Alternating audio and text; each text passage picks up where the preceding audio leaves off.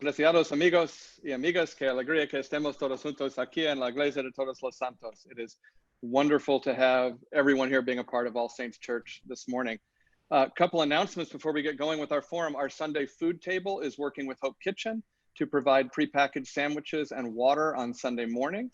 Today we gave out 55 meals and 85 masks, and thank you so much to Erica Tamblin and Jan Cowell and Bob Suskasanasna for coming out this morning for this ministry. We're also continuing to live in solidarity with Learning Works Charter School, amazing partner in ministry, community of teen scholars who are escaping from gang life, homeless, teen parents and pregnant teens, and living in group homes. When you go shopping, if you could pick up non-perishable food items, diapers, wipes, formula, and drop them off at Learning Works, 90 North Daisy, Tuesday through Friday this week because of the holiday from 9 a.m. to 5 p.m. And do that. Every week we have a partner in love who is doing amazing work in this community, helping people in this time of need. Once again, our partner in love this week is the Immigrant Worker Safety Net Fund set up by the National Day Laborer Organizing Network, which is Endelon. We are working closely with the Pasadena Job Center and Endelon because we know that those among us who are day laborers, undocumented, and other low-wage workers are some of the hardest hit by this pandemic. They do not have the luxuries that others do. They're not getting stimulus checks. They're often afraid to access services they could have available because of the threat of ICE deporting them, even during this time of national emergency. So please consider donating to the Immigrant Worker Safety Net Fund. We will gather and distribute resources for those who do not have job security, paid sick time, healthcare, or other basic services at this time, and that link is going in the chat. Also going in the chat are services for you if home is not a safe place for you. We have information about the National Domestic Violence Hotline, the Trevor Project, which is an amazing organization for LGBTQ youth. So please let us know also if you don't feel safe and make use of the resources in the chat feature. Sunday is our second town hall forum about the 2021 budget, staffing, and program plan that the vestry passed on Tuesday night. We had our first one on Thursday evening. We had a lot of great questions, had a more in-depth presentation there. We'll have another one this coming Thursday at 6. I'm joined by our wardens, Juan Meja and Monique Thomas, as well as separate members of the vestry, and Terry Knowles, who is our Director of Stewardship and Giving. I want to begin with a prayer that we used throughout this process with the Wardens Planning Task Force. So God dwells in you.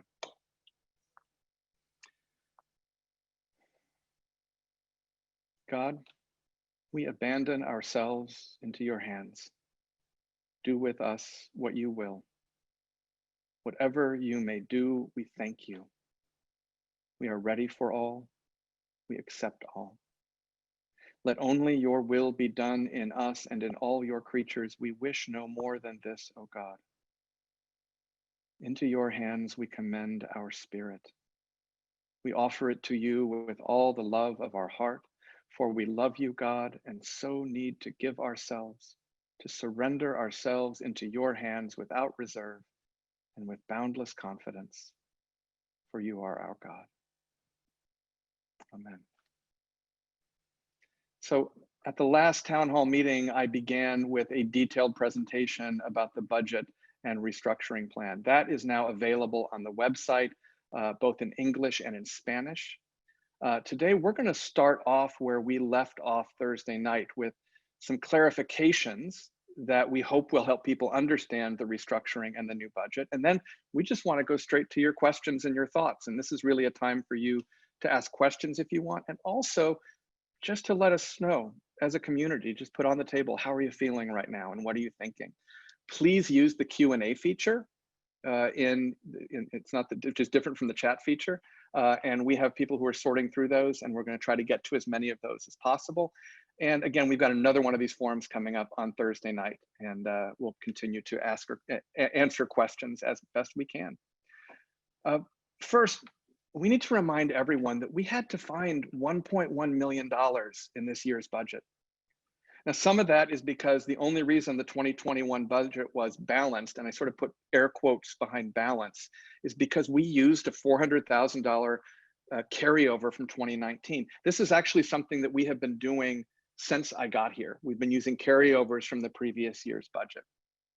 We were able to keep our promise that no one who expected income this year from All Saints Church would lose it in large part because we would have found a way to keep it anyway, but we're able to keep it in large part because of the little more than $500,000 we received in the PPP loan from the government, which is going to be forgiven.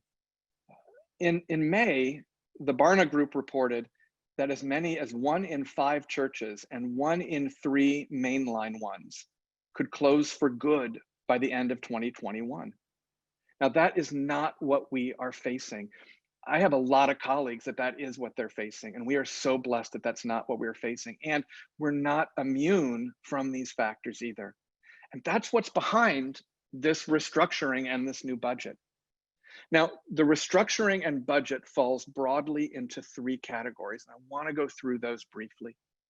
The first is cuts that are specifically COVID related. This is a response to the pandemic and the changes, particularly that we are not going to be able to gather together in a large space, indoors, singing, doing all the things that we're used to doing, at least until the first half of 2021 is over, and very possibly for longer than that. These are cuts that are directly related to that planning assumption. And that planning assumption is based on the best science that we're hearing. And it also is recognizing what we are being told, which is that singing in groups indoors will be one of the last things that will come back. Right now, even as the bishop is putting together guidelines for outdoors, he's saying we can't even sing outdoors out of an abundance of caution. Now, these cuts include cuts in buildings and grounds, the equivalent of 1 full-time and 1 half-time position, all of our childcare budget, and cuts in the music program, including music programs, plural, including the elimination of the associate organist position held by Grace Chung. And yes, I know how much more Grace is than an associate organist, and other significant cuts in the music budget, both children and youth and adult. The pandemic is a big part of the reason we had to find $1.1 million in this year's budget. We are used to getting a whole bunch of income from building use, and that's just not happening this year. That money, and there's an economic impact on you all that I know you are all feeling. And so that money had to come from somewhere, and these cuts are not based, these cuts are based on what we literally can and cannot do during this time. Now, when this pandemic ends, and it is gonna end, and we are all coming back to the way we are used to being, we're going to be looking at all of these areas to see what our needs are to be the best that we can be. So that's the first section, cuts that are specifically COVID related. The second is cuts and other adjustments that are permanent and part of a restructuring for the future. These include changes in CYF and administration, which unfortunately means saying goodbye to Christina Hanschel and Jeremy Langell and Christina Ortega. They represent a plan to take a step back and have some outside eyes come in and help us evaluate the way churches run, and a plan to more fully integrate it, children, youth, and families into the life and ministry of the church. And they are also about that $1.1 million shortfall, and that we don't know what the world will be like economically post-COVID. They also represent the reality that churches everywhere were encountering even before the pandemic, that while financial giving will always be crucial, as more and more people move into retirement whose giving has supported this church for years and are giving less money but might have more time, and as younger people who are coming to church are able to give less money and are passionate about action, it is the perfect time to continue becoming more and more a church that has a smaller, more nimble staff that equips and resources the people for mission and ministry. Then the third category is adjustments that are about the call of the present moment. Our community is hurting, and not just All Saints Church, but Pasadena and Los Angeles. Throughout this pandemic, we have set as a priority centering the needs of the most vulnerable among us. Homelessness is spiking and is projected to get much worse. Along with the pandemic, we are seeing an epidemic of isolation and loneliness as we are cut off from personal contact more and more. And we can no longer ignore what truly is the work of our generation of the church. And that is lending focused thought, prayer, action, and study to dismantling white supremacy and becoming actively anti-racist. In this budget are commitments to all of these things. emphasizing efforts that actively involve you as All Saints Church parishioners, that build and strengthen our relationships with each other, community partnerships, and that could actually generate resources in terms of grant income, something that has already happened in the case of the Safe Haven Bridge to Housing program. You'll see in this budget the hiring of the third associate rector, who will focus us, and please note that I'm not saying this person will focus, but they will help focus us on the work of dismantling white supremacy and becoming actively anti-racist. That work will also be done through a program funded in this budget that will be about All Saints being a place where impactful, theologically grounded social movements are born, and that is something all of us are going to be invited into. This plan represents a commitment to tell our own story about race so we can continue to write a new story and to look at every aspect of our lives, our liturgy, our worship space, our aesthetics, our staffing, our budget, our facilities, everything, and make sure they represent this commitment and our values of radical inclusion, courageous justice, joyful spirituality, and ethical stewardship. Now, we're doing these things because it is who we are. This is what it looks like to be All Saints Church and live into those values. And these are the very things that will make us more and more attractive to the community. In our past Getting Connected classes, a common theme that we've heard from the majority of people who are coming to All Saints Church is that they are looking for a church where they can actively live their values in a faith community, where we are not just talking about the challenges facing the world, but we are taking them on, and not just in the world, but inside our own church. Now that shouldn't surprise us because this is nothing new for All Saints Church, and this is the time when we get to do this.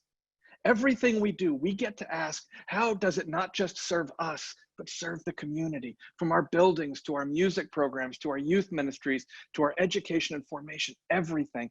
And the great news is that's where the joy is.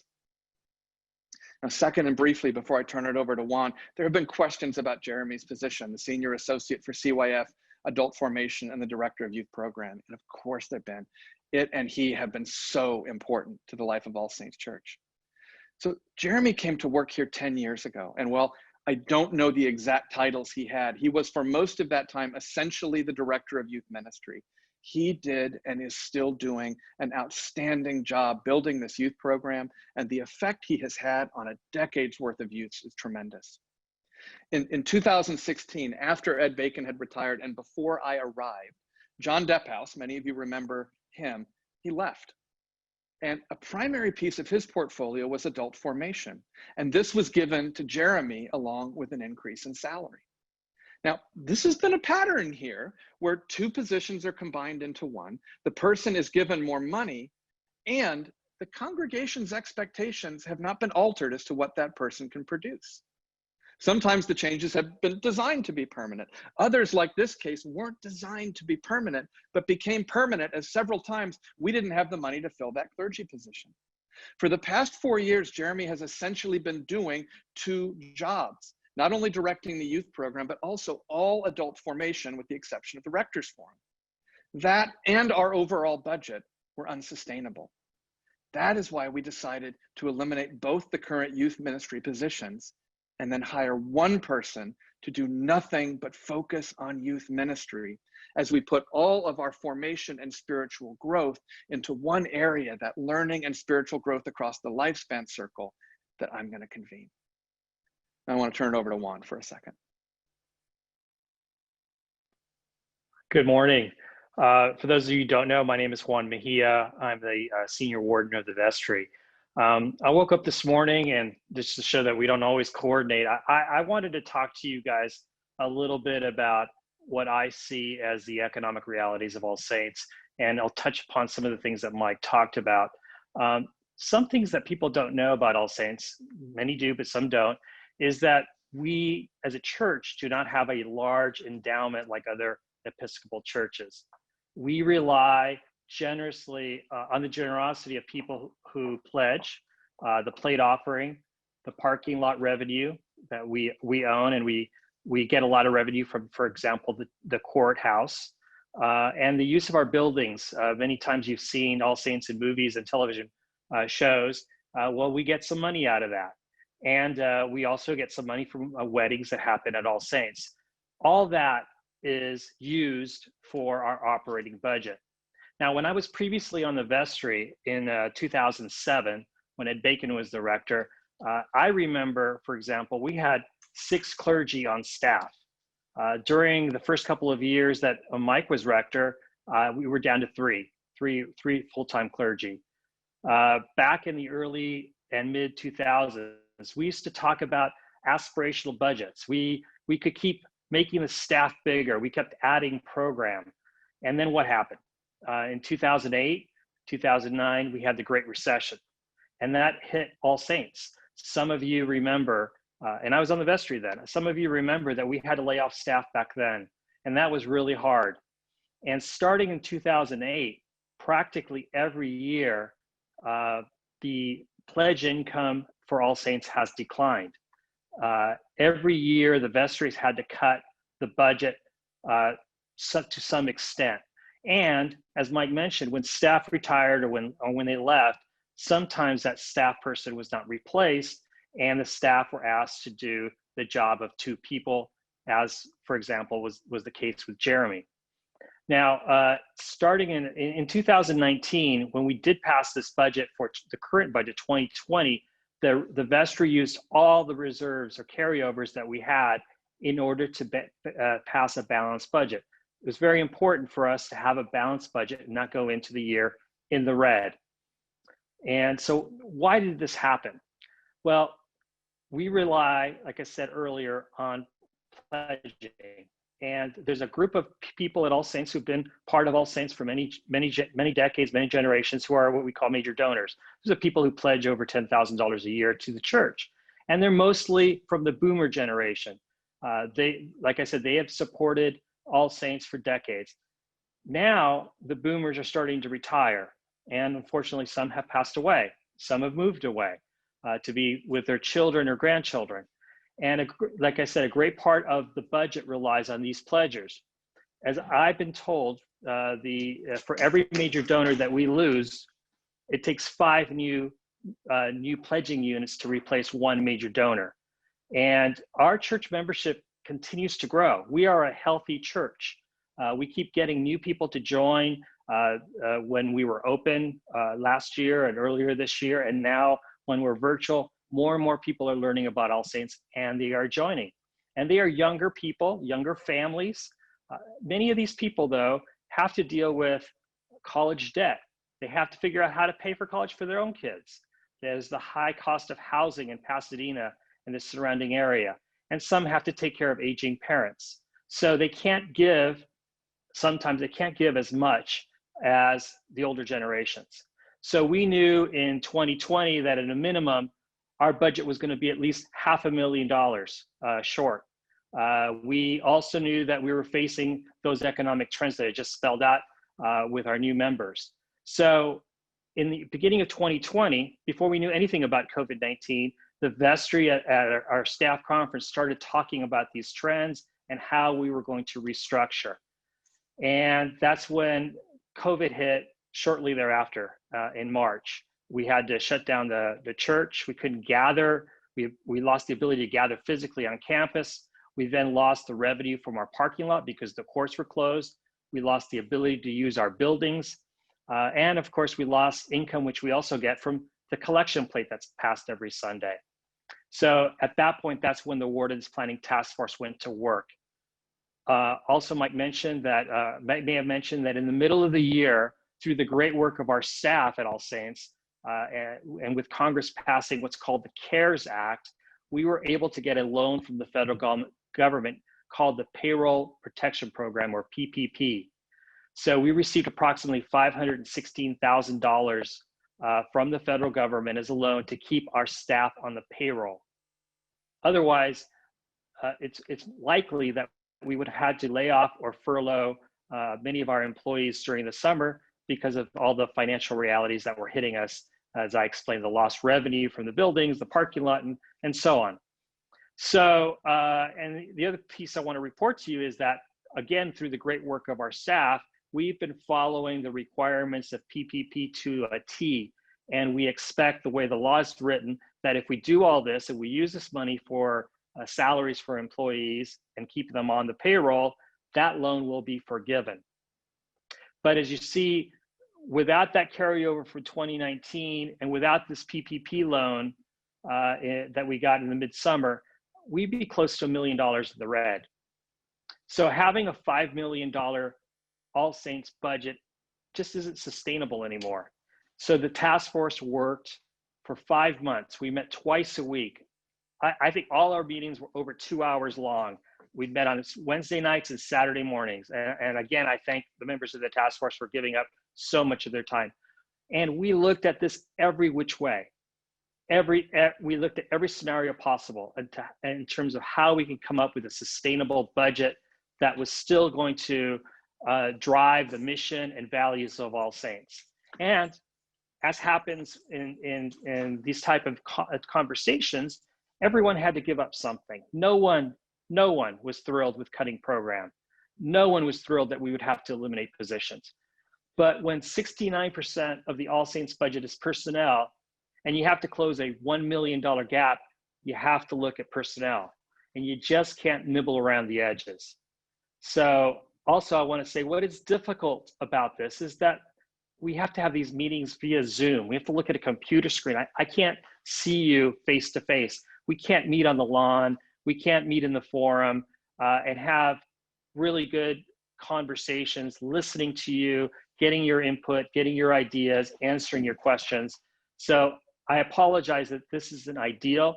We're doing the best we can with regards to the emails that are coming in, as well as the questions that are given at these forums. We'll continue to do these forums as long as it takes to make sure that everyone's concerns are heard and any questions are answered.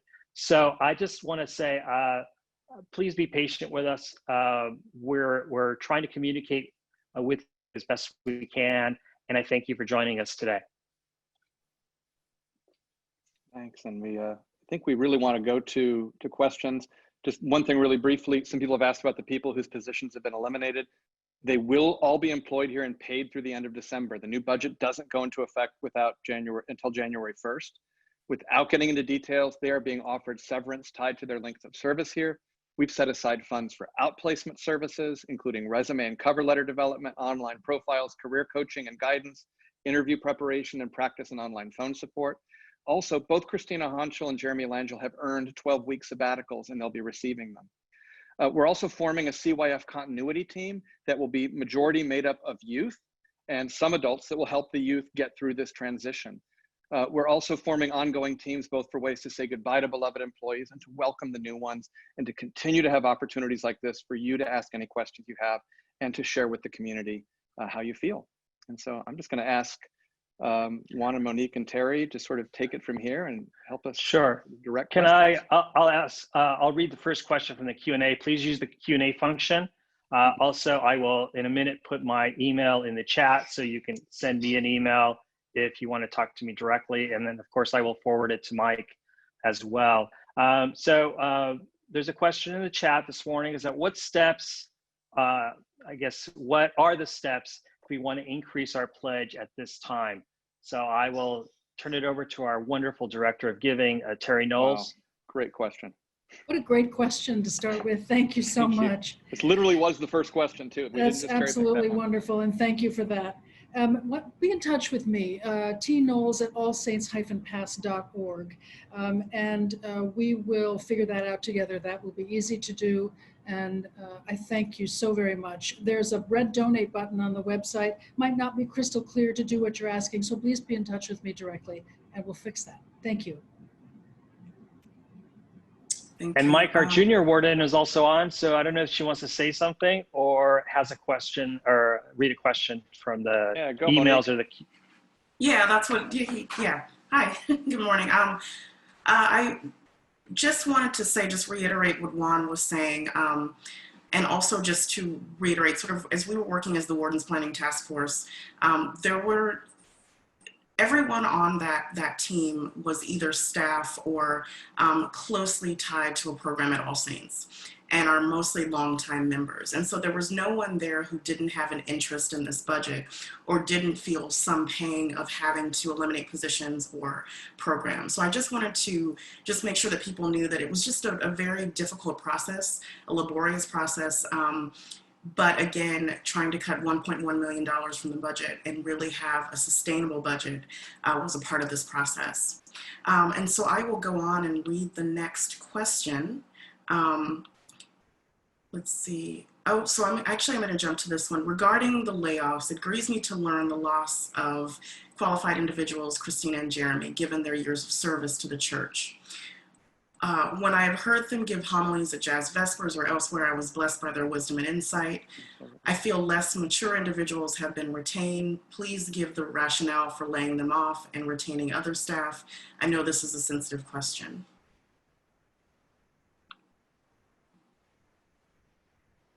Well, the camera just went to me, so I guess I'll answer that question. First of all, yeah, I mean, like losing Christina and Jeremy is really, really, really hard. And you mentioned things that they brought to this community that are incredible that you wouldn't normally even think about from people with their job descriptions. And they have been just a huge gift to this community. So I need to be clear, sort of there's structural changes and then there's hiring decisions. And we'll absolutely talk about structural changes here, and hiring decisions are mine. The structural changes we all did together as Vestry and Wardens Planning Task Force, and that's what's represented in the budget. Hiring decisions are mine, and I do a lot of listening to folks when I make those. So let's talk about the structural decisions, which is, as a church, we need, if we're going to continue to thrive, a full-time youth ministry director and a full-time children's ministry director. Having one person in charge of everything from birth through age 18 to 21 would create in many ways the same problems we did expecting someone to be in charge of everything from middle school through the seniorest of senior saints in terms of formation. It would be creating an undoable situation. So structurally, what we are seeing right now is we're getting more and more people. This is actually what churches dream of, is we're getting more and more young people, and particularly people with young children, into the church. We need a children's minister, and we have a fantastic one in Kelly Aaron O'Phelan. And so that's the rationale for keeping that position, is that we really, really need it. You can't not have a children's minister in a place like All Saints Church. The rationale for eliminating the position that Christina held, the Senior Associate for Administration, is that we need to bring in someone from the outside who can really help us walk through how do we restructure and focus and streamline our processes and how we do administration. We haven't done that in a long, long time. I'm actually not clear when the last time was that was done. And so there's work that needs to be done here. We have to become a more efficient, more nimble organization that can really serve the ministries. And that's not a criticism of everything that's happened before. This church has run so well and done so many great things, and everyone's having to adapt to new realities, and we have to do that too. So yeah, is the loss tremendous? Yes. Did we need to restructure in this way? Absolutely. The next question is, where can we find the complete 2021 operating budget? And I'll read the rest of the question. Just so everyone is clear, the proposed budget that we are doing is a draft budget. We are, the Finance Committee and the Vestry is going to look at this budget every other month to see that we can adjust, because the budget usually passes in January, December, or January. So it's still a draft budget, but we'll see if we can put the draft budget up there. And the other part of that question, which I lost here. Juan? Yes. Excuse me for interrupting you, but we are in the process of creating a simple and understandable version of the draft 21 budget and comparing it to the 20 budget, so you have that context. If you'll bear with us for just a couple days while we get that work done, we'll make that available on the website and let you know when that happens. Great, thank you, Terry. And then the question continues with the latest budget numbers we've been able to find online is from May 2020 under financials. The latest audit report posted there is dated 2017. So I will ask the staff as well as the finance committee to make sure that that's on the website for everyone to see. We want to be as transparent as possible. This one is more of a comment. I think it's important to reiterate, this is from Derek Long, that decisions aren't about any particular staff member, but about the roles that are essential to the work and impact of our values in pushing to move us forward. How can we stress this in the forum as well? So I think there's an importance in stressing that. And I think that they basically answered that. That is important.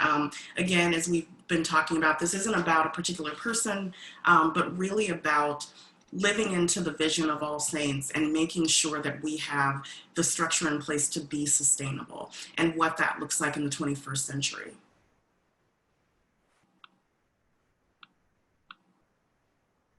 Okay, let me get to the next question. It's a comment and a question from Michael. Under the previous leadership, All Saints had a thriving congregation, countering the demographic trends of the denomination in general. The cause of the current difficulties is clear. The precipitous decline in attendance of the current leadership pre-COVID. Why double down on failure instead of focusing on the root cause of these problems and change the leadership? Well, I would just add, Michael, that actually our attendance has been increasing the last couple of years. So yeah, but we understand your comments. Thank you. And I just wanted to add also, now that we've been virtual, we've actually seen an increase in attendance as well, because people aren't limited to physically be here. So we actually are getting a large amount of people that are from all over the country, all over the world, interacting with us in different ways because we're virtual. If anyone wanted to add, I'll check the. It's like I could say something, but also it's like, does anyone else want to comment on that? And I'll just say, I do. Yeah, please, Steve, go ahead. Yeah. Yeah, what I want to comment, and this is the difficult part about us as the church, and I have to admit, I've only been at the church for 4 years. I don't have that legacy that's a part of it, but one of the things that I do know, and what brought me to the church, was that All Saints has always been willing to address the world today. It has never put its head in the sand. It has never turned its back on the changes that we have. And if I remember, because I came afterwards, that the process to choose a rector was a very thorough process. And part of that discussion had to do with someone that was going to come and address the concerns of where we were in the world today. And as the world is laying it out, we're at that place. And I think we have the right person for us to move in that direction. That may be difficult for some people. I don't think the change of leadership is the answer here. The declining membership of All Saints Church reflects the declining membership in the Episcopal Church and other churches throughout the last 5 to 10 years. There's enough data to talk about that. I think our task is, how do we make sure that All Saints is all that it can be in the next 4 to 5 years?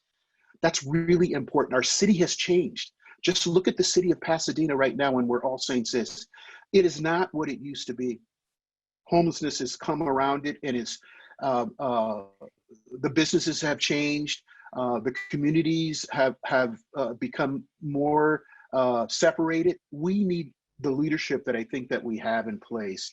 So I support what we are, but I'm doing it because I'm looking to the future for it. Thank you. And I'll just sort of, unless anyone else wants to jump in, I just want to say, first of all, that's not a bad question. That's a really good and important question. We need to ask questions like that. First of all, yeah, you look around, and the attendance in church when we were back in church, it wasn't what it was 5, 7, 9 years ago. Absolutely, it wasn't. It took a dip in my first couple years. It had started to come back a little bit, and it wasn't at the level that it was before. And we shouldn't hide from that. What I want us always to do is be looking at reality. Let's make sure we're dealing in reality. There's issues with my leadership. Let's talk about them. Let's not be afraid of that. So I think I'm so glad that this was a space where someone felt that they could ask that question. And yeah, so it's like, I just want to sort of say, like, this isn't trying to say, you know, oh yeah, no, there isn't lower attendance. Well, yeah, of course there is. You just have to look around and see that. And the question that we need to wrestle with is, so what does that mean? How do we get through this together? So I just thank you for that question. Our next question from Susan Dixon. How are you going to attract new members who are not interested in politics now that many of our small groups are inactive? So I'll take that first. So All Saints, I've been attending All Saints for about 15 years, and I officially became a member about 6 years ago. And part of the thing that attracted me to All Saints was our rich history in being engaged in social justice. And sometimes that interacts with politics. So that's always sort of been a part of our identity and our legacy and who we are. But in answering that question, our small groups have not gone away and our ministries have not either. They're not inactive. I think what we're seeing now is because virtually it's been more difficult to gather and people get zoomed out. We have been talking about small groups getting together, maybe in a park, in a large space, masked, so that they can still have that sense of community. But our ministries have not gone away and they won't be going away.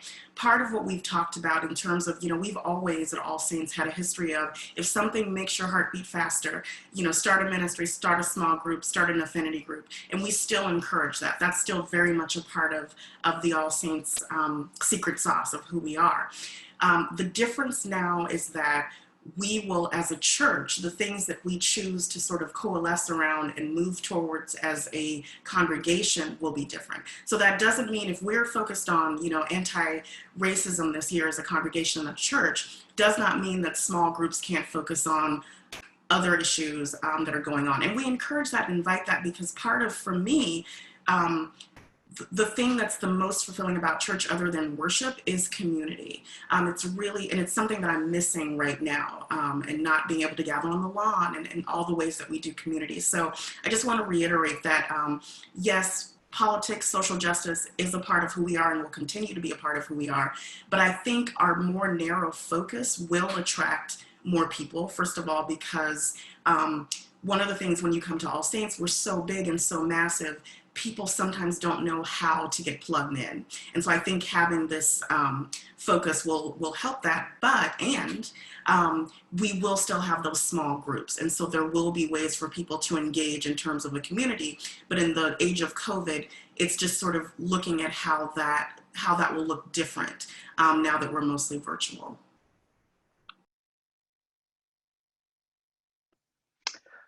I have a question I want to read from the email that we received, if that's all right. This is from Glenda. This was, she says, I have mixed feelings about all the change. And although I like the circles model, I'm sure you all know how messy it's going to be to move things forward in a collaborative way. It's a super big task. I'm concerned about Mike's alluding to the choir losing section leaders. I understand that the music ministry budget had to be cut. And at the same time, I wonder how you all are thinking about the priority of having beautiful music and cutting our leaders. I'm in Canterbury Choir. I feel gutted that Grace is being let go. The next horrible, awful thing would be to see Liz, Stephen, Jim, or Ruth lose their jobs. I don't know the Coventry section leaders as well, but I have the same concerns for them. I feel I've gotten to know them through Zoom services. I really feel for Wei Chung, if he had to decide who to fire, it's like Sophie's Choice. I know it's a bit dramatic, but you get the point. Thank you for all you're doing.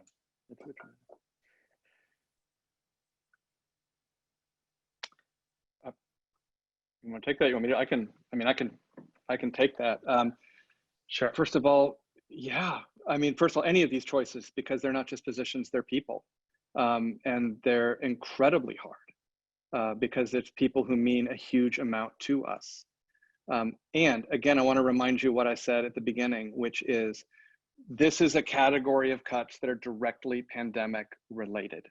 And what we have done is we have decreased the budget because we had to. The money had to come from somewhere. because we're in a situation where we know that we're not going to be, like, the last thing we're going to be able to do when we come back together is sing in large groups. And we know that music is such a hugely important part of who we are, whether we're together or whether we're online. So what we're trying to do is get ourselves through this pandemic. And there has been a budget cut in the music program, also for the children and youth music programs too. It's not just the adult music program. I'm going to be working with Wei Chung. I'm going to be working with Jenny to say, how do we use this to best serve the music program as the music program can best serve the church. Part of what we've talked about is that a huge, probably primary purpose of the music program for the next year, year and a half is going to be pastoral. And it's a huge function of the pastoral care the choirs get in that community, both children and youth and adults, and the pastoral care that music gives to the community. The truth is, we have a space at All Saints Church that is an amazing space for creating music. Zoom is not a great platform for that. People are doing amazing work. And this is one of these areas where for a season, we have to make some cutbacks, and we're going to make them the best that we can. And our hope is that when we come out of this pandemic, we're going to look at how to continue to grow. The music program is such a huge part of All Saints Church. And particularly at a time where music and the arts are being cut and have been cut, particularly from public education. And they are becoming less accessible to people in some of the most marginalized and vulnerable communities among us. It is so important that we not only continue to build on our music program, that we continue to diversify it, and that we continue to reach out with it into our community, because it should not just be something that is just for us here at All Saints Church. And this is a vision that Wei Chung and Jenny and I share, is how do we use the music program to really just enrich the entire community and awaken the musical and creative gifts of so many people. And we have the right leadership to do that. And so, this is not about, oh yeah, we're trying to downsize the music program. No, music and art and creativity, that's a strength of this congregation. It always has been, and particularly now it needs to be. This is about how do we get through this time of pandemic the best that we can. I just want to add a couple of things, Mike. I think it's important for people who are not part of the choir, are members of All Saints, to understand that we have soloists that are part of both choirs, both adult choirs, and those soloists get paid to sing, to share their wonderful talents with us, to lead. They're called section leaders. To lead yes. the choir, yes. And so there's a piece of the budget that goes to that, as well as the assistant organist, as well as buying music, all that. The piece of the music program at All Saints is quite large. I believe it was close to $500,000. Am I right? Yep. Yeah. Yep. And so given the fact that we were not going to be gathering and singing for the first part of 2021, it had to be a place that we looked to do some cutting, but it is temporary. And there's a seed I want to plant to all of you. An idea that has been floated is that sometime in the future, if we could possibly create an endowment for our music program, that when you pass away, you think, I want to give a gift to All Saints, leave a gift for All Saints, and I want to dedicate it to the music program so that we can take it out of the operating budget and always have it there, because it is such an amazing piece of All Saints. It's why some people come to All Saints. It's why some people stay at All Saints. They get so moved by the music. I know I was when I first set foot in All Saints in 2001. I literally was in tears when I heard those choirs. So it's something that we need to start thinking about going forward and how to fund it going forward. The next question from Kim Douglas: are laid off staff being given opportunity to apply for the new positions if they meet the qualifications? So, well, that's a hiring question, so why don't I take that, which is the positions that we will have available right now, I've filled the Director of Youth Ministry position. There will be an interim finance and business administration position. The definition of that position is we're looking for someone with outside eyes to come in so that they can walk us through and help us look differently at our administration and our structuring and our processes. So by definition, we're looking for someone from outside the system for that. There is a half-time director of networking position that is coming up, and anyone would be free to apply for that position. And then the associate rector position, we're specifically looking for someone who is clergy for that position. And so again, that's not necessarily, I don't think would be a position that would be open to anyone who is currently losing their position.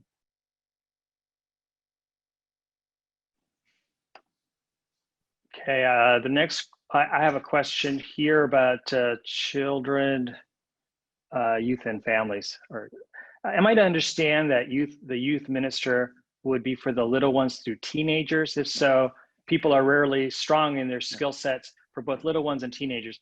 We have a children's youth minister. A children's minister, yeah. Children's minister, Kelly Aaron, who does an amazing job. You'll see them at the 11 o'clock Children's Chapel. The youth minister would be for middle school through high school. Yeah, and part of what we're looking at is there's ways that the children's minister does have some skills that can apply in other areas. And there's ways that the youth minister does have some skills that can apply in other areas. So while we will have these areas of focus and expertise, which each of them absolutely have, part of bringing us all together across the lifespan is saying we're not necessarily always going to sort of stay like, I can only do children's ministry, or I can only do youth ministry. And to say, okay, how can we, from those bases of expertise, how can we work across the system? And then also, how can we bring the people we work with it? How can we bring youth more in with children? How can we bring children more in with adults? How do we sort of all come together? So, yeah. And additionally, we have a wonderful choir, a youth choir minister, yeah. Jenny TC, who works with the little ones all the way through high school. And it's a big piece of it. Mike, maybe you could also talk about the transition team that you're assembling, primarily led by youth members. We actually have, for the very first time, we have 3 youth members that are part of the vestry, and they are amazing people. They were such great leaders in our discussions in the vote for this proposed budget. Amazing, and they've stepped up and volunteered to be part of this transition team, as well as bringing others to come on board. But Mike, what is the purpose of this team? Well, and this is really continuing the work that has been growing over the last several years. Which is bringing youth more into the life of the church and really having youth exercise real leadership with real authority. And we're going to have a youth continuity team.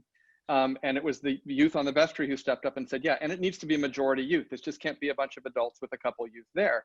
And so we're putting that together. We're actually having a meeting this afternoon to put that together.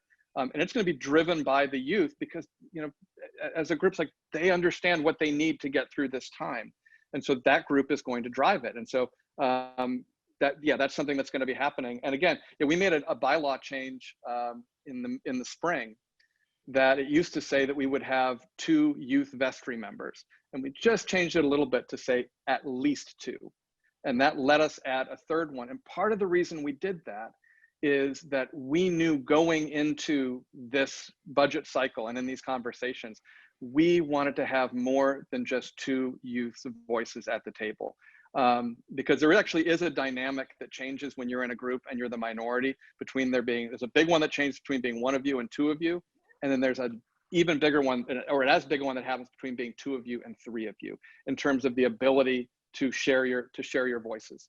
So, and boy, the youth vestry have been wonderful. And they made us better as a vestry, and not just here, but they just continually do. And that shouldn't come as a surprise. Right. Our next question, this is from Sandy, can we do anything to assist outgoing employees with placement at the diocese, other churches, or perhaps in more secular roles? And that's a great question, Sandy. We actually have a personnel transition team that's working with our staff. And Mike, I don't know if you want to tell a little bit more about that. Actually, Steve, do you want to talk about that? Because that's the place that you've been working on that part. Oh, yeah. Yes, obviously, because of what's going on, there are quite a few organizations and state institutions that are dealing with issues of layoff during this time. Every industry has been hit really hard, so this is a really prime focus, I think, to make sure that people are taken care of. And I think All Saints has really done, it was a priority to be spiritual, to be merciful, to be really as respectful for those people who put in a tremendous amount of time in this organization. We're in the process of securing outplacement services that provide counseling, that provide resume building, job interviewing skills, that provide job search access, and they will stay with them for a certain length of time. All right. So I think that when you haven't been on the job market for a long time, these are things that are really awkward, and it's changed quite a bit. So we have those in place. That has been a part of the severance package, and we feel that it will have someone to help walk them through this time, so professionally. The next question I'd like to combine two because they're kind of similar from Sandy. It says, Associate Rector, could Father Alfredo cover this role? My impression, he has some significant operational and organizing experience in his prior role or roles. And also from Cecil, I'm assuming the hiring of a new clergy associate will not displace Sally Howard. I hope my assumption is correct. I'll answer that. We both Sally and Alfredo are associate rectors. We're looking to hire a third associate rector, so no one's getting displaced. And yet, yes, Alfredo does have some wonderful organizational and organizing skills as a church planter, and he will be heading the circle or convening the circle having to do with what used to be called congregational development. Sally still going to be our associate rector. She's going to be primarily handling the administration, working with Mike, as well as continuing her work, wonderful work in pastoral care. And Susan Russell, who's still on staff, is a part of All Saints for 40% of her time. 60% of her time is with the diocese. So that's going to be, hopefully when we hire the third associate rector, that will be our clergy team going forward. And I just also want to say, we are blessed with a huge group of adjunct clergy. Not all of whom are retired. People like Eric Law are not, but many of whom are, and who just continually give. We haven't seen them as much since COVID hit, and they're out there. And I'd start to name them, but I would leave someone out. But they're just an amazing group, and that's also such a huge resource for us, and deeply grateful for our adjunct clergy. The next question is about personnel. So this will be for you, Mike. Regarding the hiring of outsiders while firing current and successful employees, it sounds like this is not purely based on the budget. As a church employer during a pandemic, isn't it better to maintain employment stability as long as we can until we ride out this pandemic? If the budget was so dire, why are we talking about hiring a new rector right now? I think they mean associate rector. Associate rector. No? I'll assume that was associate rector. And so, yeah, again, really good question. And absolutely part of what we took into account is this the right time during a pandemic, particularly when we can't gather together? And it definitely creates some significant challenges. Main answer to that question is this budget was trying to do several things. Again, part of it was to get us through COVID. Part of it is that this can be a bridge to 2022 and to the future. And that's what those hirings are. It is recognizing that we do need to really take a look from the outside and step back at our administrative structures. And this is actually a really good time to do that, as much as COVID means it's a challenging time to do that. So as we come back together, we can come back the way that we are going to be going into the future. Same thing with the associate rector position, which is, this is something that this actually isn't adding to us, it's getting to where we were before, that we have shown that we need to be. It is saying we have to have this budget represent a commitment to the continued diversification of our clergy staff, and also our commitment to racial justice as the work of this generation in the church. And so, yeah, again, that's about where do we need to be, not just in 2021, but in 2022, 2023, 2024, and beyond. So that's why this budget is trying to do all of those things at once. And so that's why, we have to, everything's about trade-offs, and we have to balance that. Next question. Before Safer at Home, there were initiatives around focusing on joy, community. I think it was called fun. Where are we fun. on that continued work to focus and build off that desired togetherness, intimacy, and connectivity? Well, I'd like to give a plug for homecoming that's coming up. Maybe we could put that in the chat as well. That's in a few weeks, and there's a way that we can get connected that way and participate in a homecoming like no other. I think that what Monique was talking about, gathering in small groups, that's going to be a way forward for the rest of this year and into next year. That we're not going to gather as a large congregation on the lawn and in church, so we're going to have to do it in parks or in small groups and do it safely, as safely as we can. But hopefully, we'll get back to fun as soon as we can. Well, and it's going to happen soon, and it's already happening. First of all, you're going to be hearing more about small groups. I just got an email today from Nancy Reynolds, who with Rob Grimm and Steve Williams and Nancy Necker and all these other folks. And Jeremy's been working hard on this too. God love Jeremy for working hard on just so many things on small group gatherings. And you're going to be seeing a flyer and a video and all sorts of stuff about small groups, because that's how we can connect with each other, is outdoors, masked and distant. And so we need to do that. And just this week, we had a rehearsal. Monique was there, Eddie King was there, Alfredo was there. We had a rehearsal on the parking lot for an outdoor socially distant masked drum circle. And that we're gonna be looking, that's an example of something that we're gonna be looking to do to provide opportunities for us safely to get together. Because one of the things I talked about is, in addition to the pandemic, we are encountering an epidemic of isolation and loneliness. And we've gotta break through that, because we're hurting and we need to see each other. And so we're gonna have on homecoming, we're gonna have a usually do an anointing of the congregation on homecoming.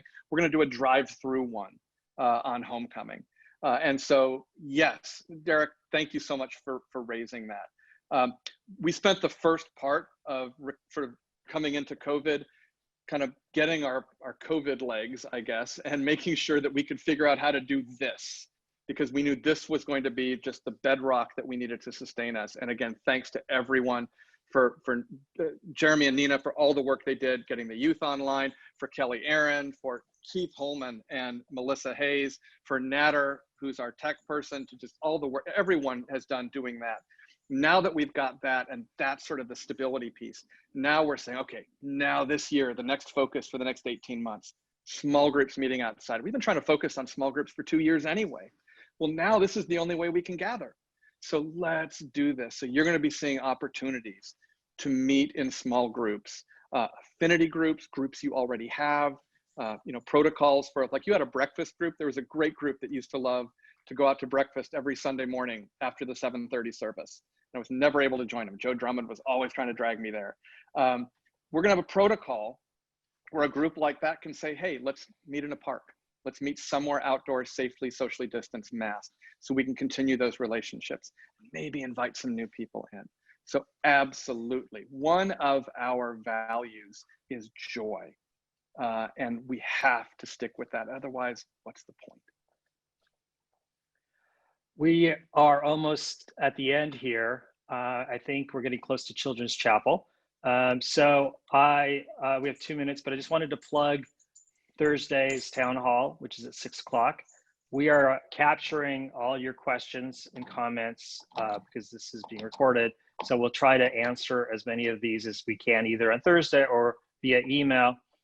So my email's in the chat. Send me an email. Mike, people know your email, I assume, and they can contact you.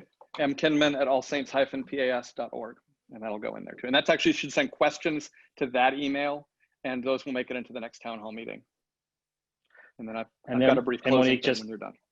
And Monique just put her email in the chat. So go ahead, Mike. Right. Yeah, and first of all, just thank you all and keep the questions coming. And we're going to get through this. We're going to love each other through this. I wanted to stop in just a second because absolutely understand we've been hearing sort of lots about Jeremy's position and some about Grace's position and Christina Ortega. I just want to say a few words about Christina Hanschel. Christina Hanschel has worked here for 26 years, and she's the kind of person that she's in the background most of that time, and you do not see the work that she is doing.